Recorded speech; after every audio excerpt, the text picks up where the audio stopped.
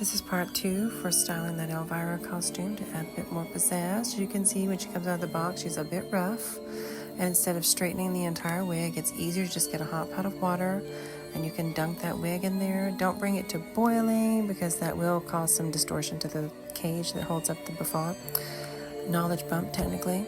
And then when you have it in there, you just add the pot and let it simmer for 30 minutes. Kidding. So dunk it in there real quick, pull it right back out, give it a few more dunks to get those long pieces really straight, let the water drain. If you have a mannequin, use that. If not, use whatever you can. But I let mine dry for a full day so that all that water will just pull the hair down and make it straighter. And before then I brushed it so that it would have, the shape that it's supposed to go into. Now up here at the part, you can see where everything comes together. When it's wet, brush it away from that part and that'll help it keep that shape. And when you're getting started, you'll see it has this layer of all these long, weird, curly pieces. And you can take all those and separate it from the long part. If you pull some of the long up there with you, it's okay to just trim it a little bit, it's fine. But you want to make sure you get all those long pieces together and bring them together at the back of the wig so that you can, I trim them down, but you can pin them up if you want to. I tend to not because I like the layered look. So if you're going to pin it up, I just bring it all together, twist it, and then tuck it under, and then pin it. And it, still the same hair, a bit classier, I guess, that way. But I like the 80s kind of layered, crazy vibe. So to do that, I take it in 2 sections. And I do the first half, and I use my hand as a guide. You can see how it's really long. And I just trim straight up at a diagonal angle so it gives you that layer kind of effect up toward the top of the knowledge bump. And then, repeat the same with the other side, but I make sure that it comes all the way back to the middle part of the wig where I want it to lay before I cut it. And so, obviously with the other side of that, I'm waiting on myself to finish. But when you can see you can bring them together and they come together perfectly. I don't style them together like that, but it helps to spray it together to just make it sit there and obey you.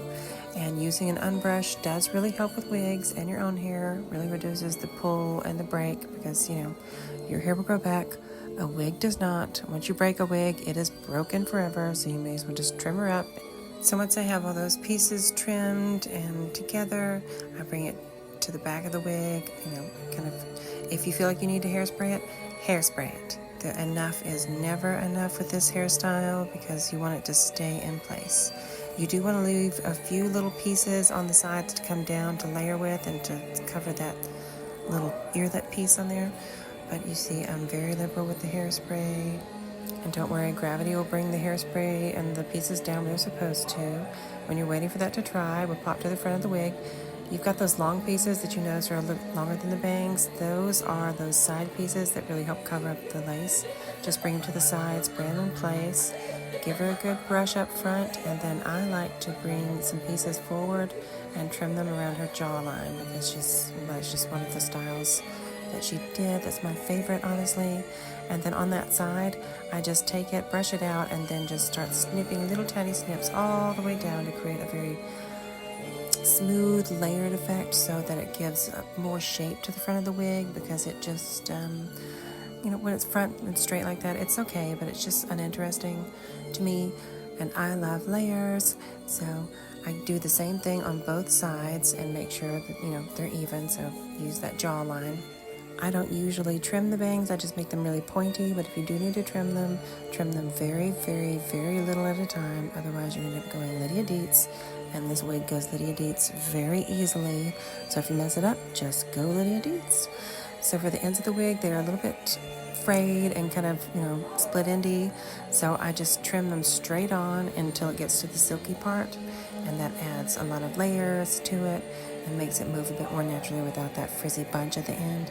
And then I do the very same for the back of the wig, and you see how those layers lay down slowly and they're just like cascading, very pointy. Love that. But I trim off any imperfections that I see in the wig. Sometimes there's bigger hairs in there, and then I just go back in and do that front, just chop in recklessly. It gives it a pointy, witchy kind of vibe. We're not going for super glamour, or at least I'm not. I'm going for that 80s rough glam kind of thing. And it makes the wig lay down. I think this was a refurbished wig that was sent to me, but I don't care because it's still gorgeous. It works out so well. You can go over it with a low heat flat iron, but do it in a very low setting. And then, trim up any imperfections, and voila. She's Elvira. Love her.